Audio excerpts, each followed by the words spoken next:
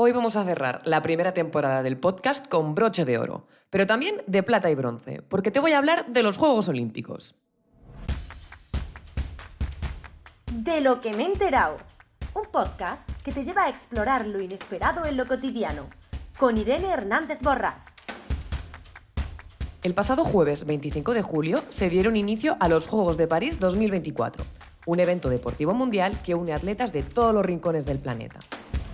Esta tradición tiene raíces que se remontan a la Grecia del año 776 a.C., hace más de 20 siglos. Sin embargo, solo hace 128 años que se celebran. Contando con la de este año, solo se han celebrado 33 ediciones de los Juegos Olímpicos modernos, con unos orígenes tan antiguos como puede ser. Se debe a motivos religiosos. Me remonto a la antigüedad. A los inicios de los Juegos, la religión predominante en el Imperio Romano era el paganismo, es decir, creencias que involucran a múltiples dioses y cultos. Esto ya se reflejaba en las mismas competiciones deportivas que se celebraban en Grecia, ya que se hacían en honor a diferentes dioses. Por ejemplo, en Delfos se celebraban los Juegos Píticos en honor a Apolo. En Nemea y en Olimpia, con los Juegos Nemeos y Olímpicos, ambos eran en honor al dios Zeus. Y en Corinto, los Juegos Ísmicos estaban dedicados a Poseidón. Poco a poco, el cristianismo comenzó a consolidarse en el imperio, hasta llegar al punto en el que el emperador romano Teodosio terminó con los Juegos en el año 393 después de Cristo, con el llamado Edicto de Constantinopla. Este había sido aprobado un año antes y prohibía toda práctica no cristiana. Y los Juegos, con tanto dios involucrado, eran entendidos como un culto religioso pagano. Así que la pregunta es, ¿cómo volvieron?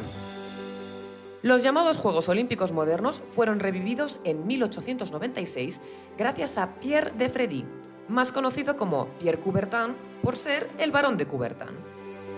Pierre, desde muy joven, tenía mucho interés por la historia, la educación y el deporte. Y fue cuando estudiaba en el Instituto Parisino de Estudios Políticos cuando se le ocurrió unir sus tres pasiones y revivir esta antigua tradición de la cultura griega. Tras varias reuniones y mucha organización, se materializaron los primeros Juegos Olímpicos modernos en Atenas en 1896. Así que ya ves, este evento deportivo no ha estado siempre presente en nuestra historia. Y no es lo único. Otra cosa que es bastante nueva es la tradición de la antorcha olímpica. La llama no apareció en los nuevos Juegos hasta 1928 en Ámsterdam, donde se encendió el primer pebetero olímpico. Y no fue hasta Berlín de 1936 cuando por primera vez se hizo el viaje de relevos para llevar la llama desde Olimpia hasta la sede de los Juegos. Además de la antorcha, tenemos un segundo elemento que no ha estado siempre presente en los Juegos: la mascota olímpica. La primera mascota olímpica oficial fue Waldy, un perro salchicha. Perro salchicha, gordo bachicha, toma solcito a la orilla del mar, tiene sombrero. Apareció en los Juegos Olímpicos de Múnich de 1972 y, como todas las mascotas, su misión era promover la historia y la cultura de la ciudad anfitriona. Es cierto que 4 años antes, en los Juegos de Invierno de Grenoble de 1968, apareció Schus, un pequeño hombre en esquíes que se podría considerar la primera mascota olímpica. Sin embargo, no era oficial. Su imagen fue puesta en pines y juguetes pequeños, pero nunca en un muñeco. Han habido un total de 26 mascotas oficiales, de todas formas y colores, pero me ha llamado mucho la atención saber que hay una que estuvo diseñada por Disney. Bob Moore, uno de los legendarios artistas de Disney, diseñó un águila calva llamada Sam para los Juegos de Los Ángeles de 1984. Y por supuesto, no puedo olvidarme de nuestro querido Kobe, la mascota de los Juegos de Barcelona de 1992. ¿Sabías que representa un perro de montaña de los Pirineos humanizado al estilo del cubismo? Yo no tenía ni idea. Además, su nombre se debe a una abreviatura de Comité Organizador Olímpico de Barcelona, y se eligió este nombre porque es sencillo y fácil de pronunciar en la mayoría de los idiomas. Ya te he contado que ni antorchas ni mascotas. Pero, ¿sabes qué no había tampoco en los primeros Juegos modernos? Mujeres. Su fundador, Pierre, de quien te hablaba antes, se opuso rotundamente a la participación femenina en la primera celebración en 1896. Para él, la presencia de las mujeres en un estadio resultaba antiestética, poco interesante e incorrecta. Pierre decía que los Juegos son la solemne y periódica exaltación del deporte masculino con el aplauso de las mujeres como recompensa. Y es que estuvo en contra de la participación femenina hasta su muerte. Es un pensamiento que compartía con los hombres de la antigua Grecia. Para ellos, los juegos eran algo reservado única y exclusivamente a los hombres. En un artículo de National Geographic cuenta que tanto atletas como entrenadores participaban desnudos para demostrar que eran hombres y a la vez se aseguraban de que ninguna mujer pudiera ocultarse disfrazada de hombre. Las mujeres no solo no podían competir, sino que ni siquiera podían asistir como espectadoras. Sin embargo, en el 580 a.C., por iniciativa de un grupo de mujeres, se hicieron unos juegos especiales para ellas llamados los Juegos Ereos en honor a la diosa Hera. A diferencia de los hombres, las mujeres competían vestidas y las distancias que recorrían eran más cortas. Pero volvamos a nuestra época, porque ha sido un largo viaje hasta tener una representación femenina en todas las categorías. Las mujeres participaron por primera vez en la segunda edición, en los Juegos Olímpicos Modernos en París de 1900, pero solamente en disciplinas de naturaleza femenina, que según los organizadores eran concretamente el golf y el tenis. Para que te hagas una idea de lo lenta que ha sido esta evolución, te voy a dar algunos ejemplos.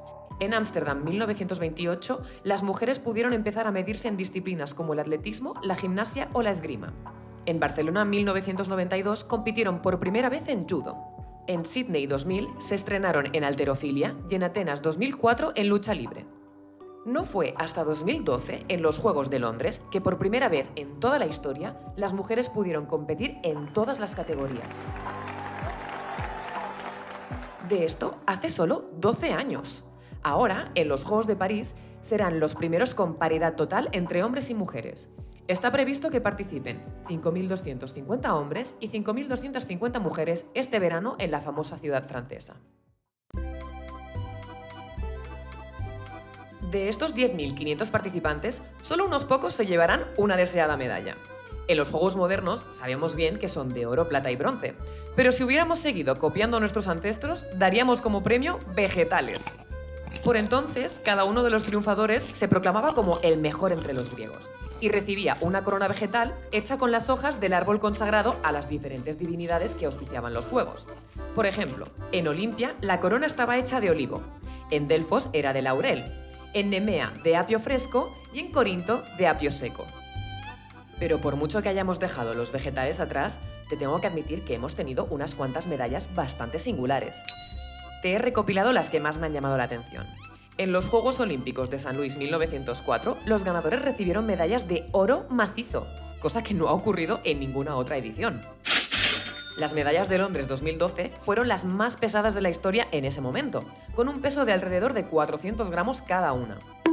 En los Juegos de Invierno de Sochi 2014, algunas medallas de plata contenían fragmentos de un meteorito que cayó en Rusia en febrero de 2013. Para los Olímpicos de Tokio 2020, las medallas fueron fabricadas a partir de materiales reciclados de dispositivos electrónicos donados por el público. Y con el motivo de celebrar el regreso de los Juegos a Francia, las medallas de este 2024 están adornadas con una pieza original de la Torre Eiffel.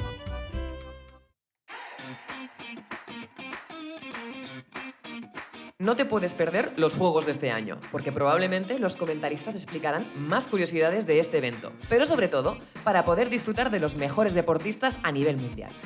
Recuerda que el lema oficial de los Juegos Olímpicos es Citius, Altius, Fortius, que significa más rápido, más alto, más fuerte, y sirve como un llamado a los atletas a que se esfuercen por la excelencia personal en todo lo que hacen. Yo también me esforzaré para transmitirles todo mi apoyo, pero desde el sofá de mi casa, que se está más cómodo, más fresquito y más tranquilo. La información para elaborar este capítulo se ha obtenido a partir de las webs de la cadena SER, Iberdrola, El Confidencial, Historia National Geographic y Mundo Deportivo. Para todos los detalles, consulta la descripción del capítulo. ¿Y tú? ¿Ya conocías esta historia o también vas a contar de lo que me he enterado? Si te ha gustado este capítulo, puedes seguir el podcast a través de las redes sociales, Instagram o TikTok bajo @de lo que me he enterado.